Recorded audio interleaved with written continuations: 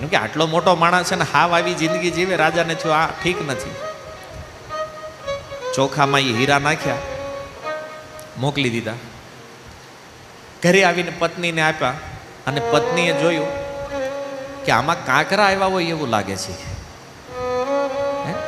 થાળીમાં એ ચોખા કાઢ્યા સાફ કરવા માટે, તો જોયું તો અંદરથી હીરા. એની પત્નીએ વિચાર કર્યો, આ તો કાંકરા હોતે ભેગા આપે છે કે બધા હીરા લઈને નાખ્યા એવી પાછળ ઘરની વાહે. અને ચોખા જે હતા એનો પ્રસાદ બનાવી ભોગ લગાવી પરિવારે લીધો.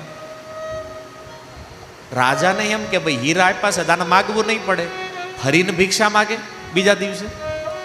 રાજાને થયું કે હારું આનો લોભ વધી ગયો લાગે. હવે તમે વિચાર કરો, જેને આવડી સંપત્તિ આપી એ હીરાથી લલચાય. તો રાજાએ કીધું પાછા, તો રોજ અંદર હીરા નાખે, પણ એ કે આની ગરીબી જાતી કેમ નથી? તો રાજા એક સૈનિકને મોકલ્યો કે જઈને જોવો તો આ કરે છે હું હીરાનો. તો રોજ એ સાફ કરે, હીરા નીકળે લઈને પાછળ નાખી દે. આપણે આની હાટું માથાકૂટ કરવી છે.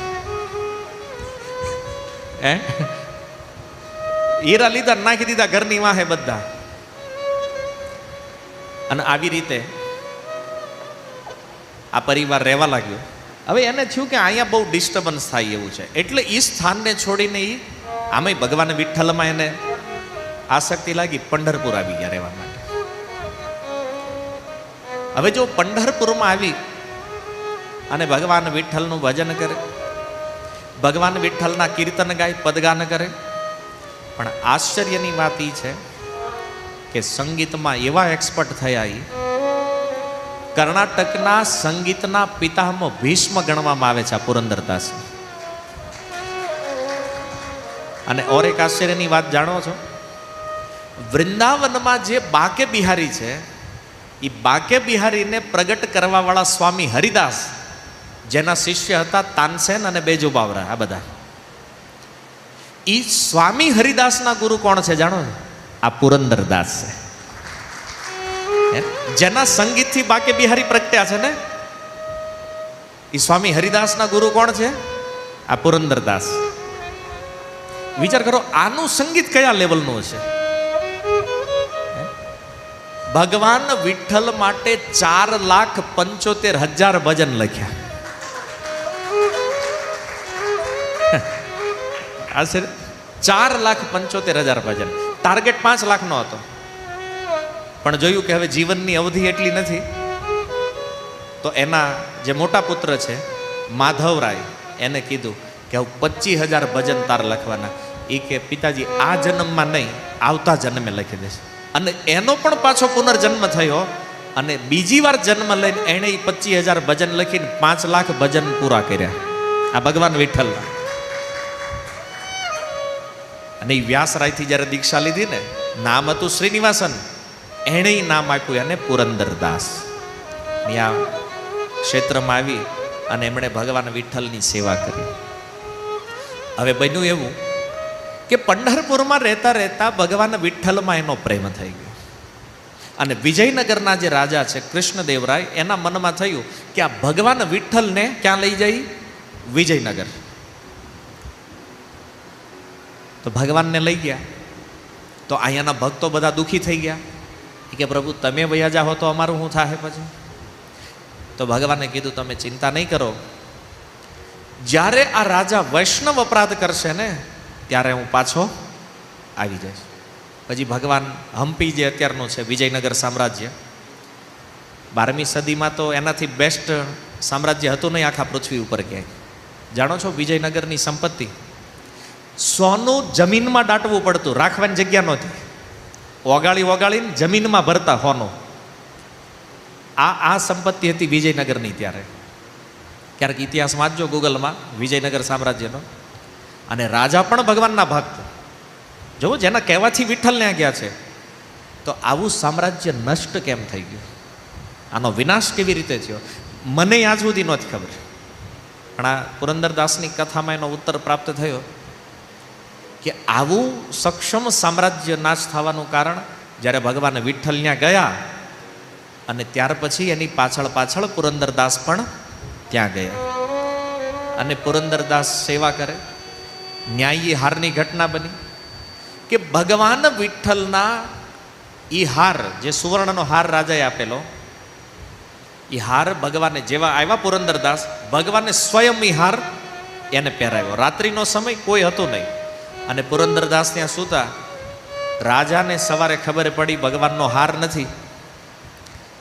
એને થયું કે હાર આ પુરંદરદાસે જ લીધો છે, અને એ પુરંદરદાસને દંડ આપ્યો, એને કારાગારમાં નાખ્યા.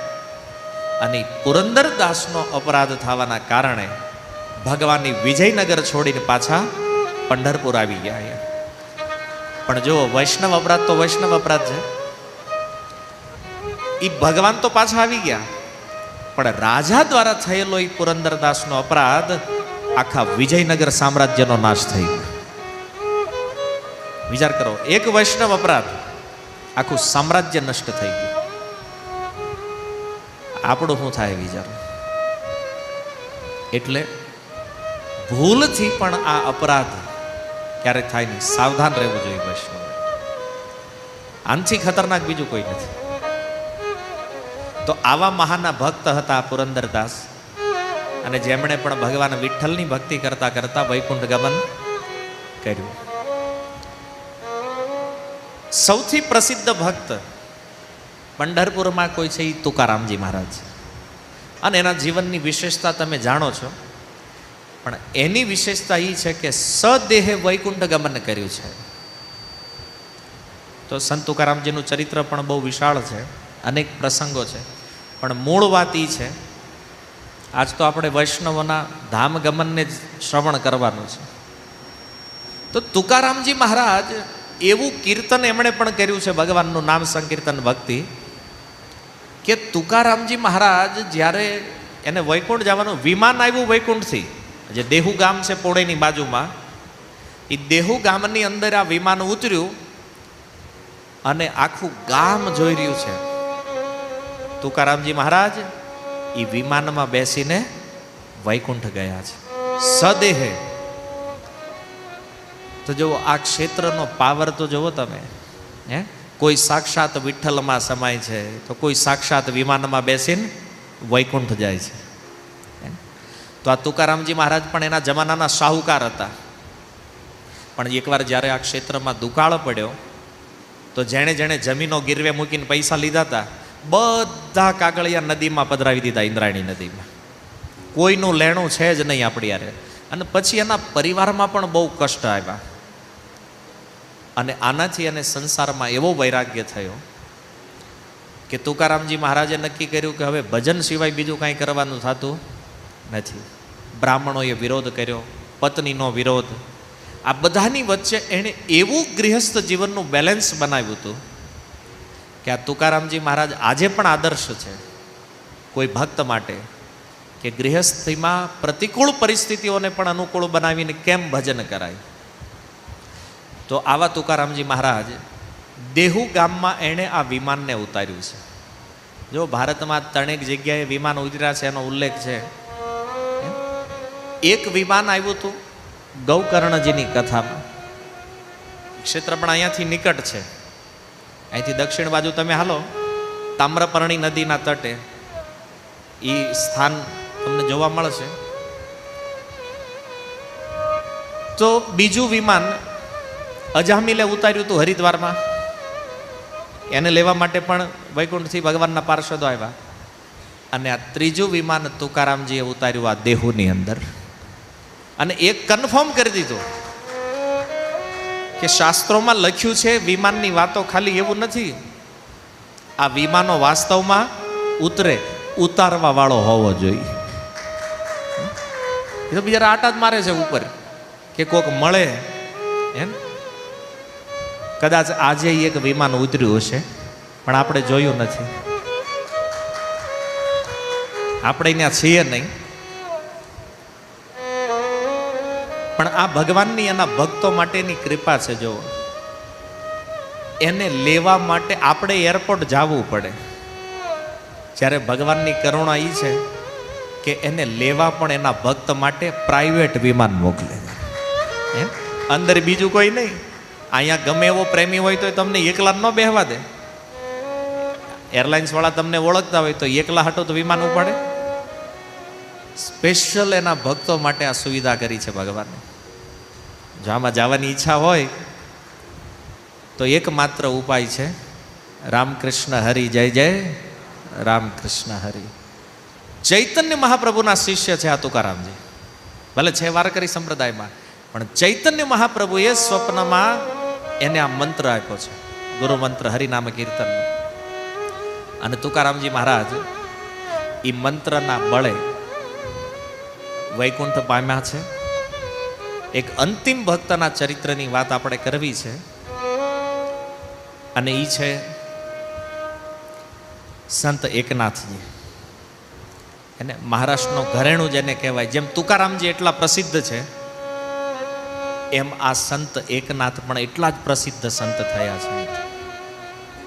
જેવું તુકારામજીએ ગૃહસ્થીનું બેલેન્સ બનાવ્યું ને, એકનાથજીએ પ્રવૃત્તિ માર્ગ અને નિવૃત્તિ માર્ગ, આ બે માર્ગને એક સાથે જીવનમાં કેમ ફોલો કરી શકે અને ભક્તિ કેમ કરાય, આ એકનાથજી મહારાજે કર્યું. જો બાળપણમાં એમના પણ પિતાનું મૃત્યુ થયું છે, માતા પિતાનું. એમના દાદા જેની સાથે એ રહેતા, પણ પિતાનું જ્યારે મૃત્યુ થયું ને તો ઘરના બધા લોકો રડતા હતા. અને રડતા રડતા એણે જિજ્ઞાસા કરી કે દાદા આ બધા કેમ રડે છે? એ કે બોલે બેટા તારા પિતા વયા ગયા છે. હા, મેં એના પિતાનું શવ પડેલું અને એની ઉંમર 3-4 વર્ષ. તો એણે કીધું દાદા પિતાજી તો આ રહ્યા અહીંયા. હવે એના દાદાને સમજાતું નથી કે આવડા બાળકને હું કેવી રીતે સમજાવું. અને પૈઠણથી આગળ એક પર્વત છે, દેવગીરી પર્વત.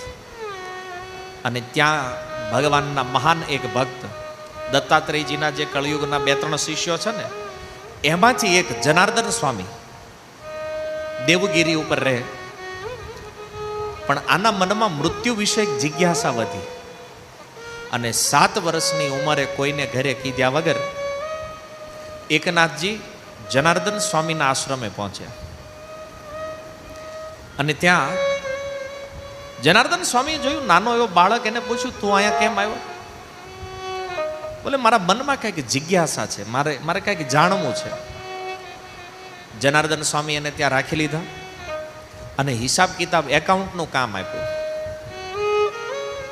એક દિવસ રાત્રિનો સમય, હિસાબની અંદર 1 પૈસાની ભૂલ થઈ છે, 1 પૈસાની ખાલી. અને એકનાથજી મહારાજે નક્કી કર્યું કે જ્યાં સુધી ભૂલ મળે નહીં ત્યાં સુધી હોવાનું થતું નથી. ભૂલ શોધતા શોધતા શોધતા રાતના 12 વાગ્યા, અને 12 વાગે એ ભૂલ મળી. એકનાથજી તાળી પાડવા માંડ્યા, હા ભૂલ મળી ગઈ, આજે મને ભૂલ મળી છે. અને બરાબર એ સમયે જનાર્દન સ્વામીનું ત્યાંથી નીકળવું, દીવાના એ પ્રકાશમાં એ પોથી લઈને બેઠા છે એકાઉન્ટની. જનાર્દન સ્વામીએ પૂછ્યું બેટા શું કરે છે? બોલે ગુરુદેવ 1 પૈસાની ભૂલ હતી હિસાબમાં, અને આ ભૂલ મને મળી ગઈ છે. ત્યારે જનાર્દન સ્વામીએ કીધું કે 1 પૈસાની ભૂલ મળી એમાં આટલો આનંદ થયો તો આપણી કેટલી મોટી ભૂલ છે આ સંસારમાં આપણે જન્મ લીધો છે. એમ જો આ તને સમજાઈ જાય ને તો વિચાર કર તારી અંદર આનંદ કેવડો આવશે. અને એકનાથજીએ જનાર્દન સ્વામીથી શિક્ષા દીક્ષા ગ્રહણ કરી. અને જ્યારે એકનાથજી પાછા આવ્યા, એના દાદા રોજ શિવજીના મંદિરે બેઠા બેઠા વાટ જોવે, આજ આવશે કાલ આવશે, અને ઉંમરે થઈ ગયેલી. અને જોયું એક દિવસ એકનાથજી મહારાજ આવ્યા, એની પ્રસન્નતાનો પાર નથી. પછી તો એમના વિવાહ થયા. પત્ની ગિરિજાબાઈ, એ પણ એવી અનુકૂળ ભક્ત. અને એકનાથજી મહારાજે મરાઠીમાં પ્રવચન શરૂ કર્યા, ભાગવત ઉપર, ગીતા ઉપર મરાઠીમાં બોલે. અને લોકોને એવો રસ પડતો ગયો, એકનાથજી મહારાજની કીર્તિ મઢવા માંડી, અને બ્રાહ્મણોને ઈર્ષા મંડી થવા. હાલાકી આ પણ એક બ્રાહ્મણ છે, પૈઠણ ગામના જ, પણ બ્રાહ્મણોને ઈર્ષા થઈ કે આ એકનાથજી મહારાજ જે છે આની કીર્તિ આટલી વધે છે તો આપણને કોણ પૂછશે? જો પ્રસંગો તો એમના જીવનના હજારો છે, અને ખાલી મુખ્ય જે વાતો છે ને એ મારે તમને કહેવી છે. એકવાર એક બ્રાહ્મણ પૈઠણમાં આવ્યા છે અને એણે કીધું કે કોઈ એવું ઘર મને બતાવો કે જે મને થોડીક 200 રૂપિયાની મદદ કરી શકે. હવે જમાનામાં 200 રૂપિયા એટલે કે મારે એક પ્રસંગ કરવો છે, પૈસા નથી. તો બધાએ કીધું કે કામ કરો ને એકનાથજી ત્યાં વયા જાઓ. જો તમે એને ત્યાં જાશો અને એકનાથજીને જો તમે ક્રોધ અપાવી દો તો 200 રૂપિયા અમે તમને આપશું. બ્રાહ્મણ આવ્યો, ઘરે આવ્યો ને એકનાથજી મહારાજને કીધું કે મારે અહીંયા પ્રસાદ લેવાનો છે તમારે. કાંઈ વાંધો નહીં કે બ્રાહ્મણ દૂત આવો. હવે એકનાથજી મહારાજ જે પૂજા કરતા હતા તો એ બધું મંડ્યો અપવિત્ર કરવા. એને એમ કે હમણાં ક્રોધિત થઈ જાય, પણ એકનાથજી તો એકનાથજી છે. તો એલાને થયું કે આને તો ક્રોધ આવ્યો નહીં, આખી પૂજા સામગ્રી વીખી નાખી તોય ક્રોધિત ન થયા. પછી એના પત્ની જે છે ગિરિજાબાઈ એના ખોળામાં બેસી ગયો જઈને. હવે તમે વિચાર કરો કે આવું કોઈ કરે કોઈના ઘરે જઈને, માર ખાય કે ન ખાય? પણ એકનાથજી મહારાજ તોય ક્રોધિત નથી. એકનાથજીએ કીધું જો આપણો એક દીકરો છે એનું નામ હરિ છે, એકનાથજીનો પુત્ર. આ થોડોક મોટો હરિ છે, સંભાળજે આને પાછો હરખાણ. બ્રાહ્મણ જાણે છે અંદરથી એકનાથજી છે કોઈ મહાન સાધુ, પણ શું કરે ઓલું 200 રૂપિયા લેવાના. અને આમાંય કામ ન બન્યું તો એકનાથજીના પત્ની જ્યારે પ્રસાદ પીરસતા હતા, પ્રસાદ પીરસવા માંગવડા, પીઠ ઉપર ચડીને બેસી ગયો. તો એકનાથજી મહારાજ કહે છે થોડુંક સંભાળ જેવો પડી ન જાય બ્રાહ્મણ દેવતા. એ કે ત્યારે ગિરિજાબાઈ કહે છે કે આપણો દીકરો કેટલી વાર મારી પીઠ ઉપર બેઠો છે અને એને પીઠ ઉપર બેહારીને જ મેં ઘરનું કામ કર્યું. મને અભ્યાસ છે, તમે ચિંતા ન કરતા. તમે ઓલો બ્રાહ્મણ ચરણમાં પડી ગયો. મહારાજ મારે પૈસાની જરૂર હતી અને આ રીતે મને આ ગામના બ્રાહ્મણોએ કીધું અને મેં તમારી હારે કર્યું. તો એકનાથજી કે પણ આવીને સીધું કહી દેવા ને, હાલને હું હારે આવીને થોડો ખોટું ક્રોધ કરી દઉં, તને જો 200 મળતા હોય તો. એ કે નહીં મહારાજ હવે મારે આ નથી કરવું. એકનાથજી કે તો કાંઈ વાંધો, હાલે હું 200 આપું તને. એકનાથજીએ 200 આપ્યા અને પછી એકનાથજી એને હારે લઈને આવ્યા એ ગામના ચોરે અને ઓલા બ્રાહ્મણોની સામે ક્રોધિત થઈ ગયા, ખાલી ઓલાને બતાવવા માટે. અને ઓલા પાસેથી 200 અપાવ્યા. આ એકનાથજી મહારાજ પરમ ઉદાર, સેવામાં એટલું માને. એકવાર રાત્રિએ કોઈ બ્રાહ્મણ આવ્યા એમને ત્યાં અને ફૂલ વરસાદ પડે, આખા પેઠણમાં ક્યાંય અગ્નિ નહીં. અને બ્રાહ્મણ દેવતા કહે છે મારે ભોજન કરવું છે. એકનાથજી કે જુઓ અત્યારે તો બધા લાકડા ભીના થઈ ગયા છે, ચૂલો હળગે કેમ? પણ એ કે હું સવાર સુધી રાહ જોઈ શકું એમ નથી. એકનાથજી મહારાજ કે એક કામ કરો, આપણો ઉપરનો માળ જે છે ને તોડી નાખો, લાકડાનો જ બન્યો છે કે, અને એ લાકડાથી પ્રસાદ બનાવો. પણ એ કે હવે માળ આખો તોડો હોય ટાઈમ એમાંય લાગે. બ્રાહ્મણ કે મારે હું એટલી પણ વેઇટ કરી શકું એમ નથી. તો એ કે કામ કરો, મારો જે બેડ છે હુવાનો એટલું લાકડું તો ઇનફ છે આપણે આજનો દી. તો એકનાથજીએ પોતાનો એ કિંમતી બેડ જે હતો એ પલંગ તોડી એના લાકડાથી પ્રસાદય બનાવ્યો, એનાથી અગ્નિ પણ ભઠ્ઠી કરી જેનાથી એને ઠંડી ન લાગે. અને આવી રીતે એ બ્રાહ્મણ દેવતાની એણે સેવા કરી છે. આ એકનાથજીની સેવા ભાવના છે.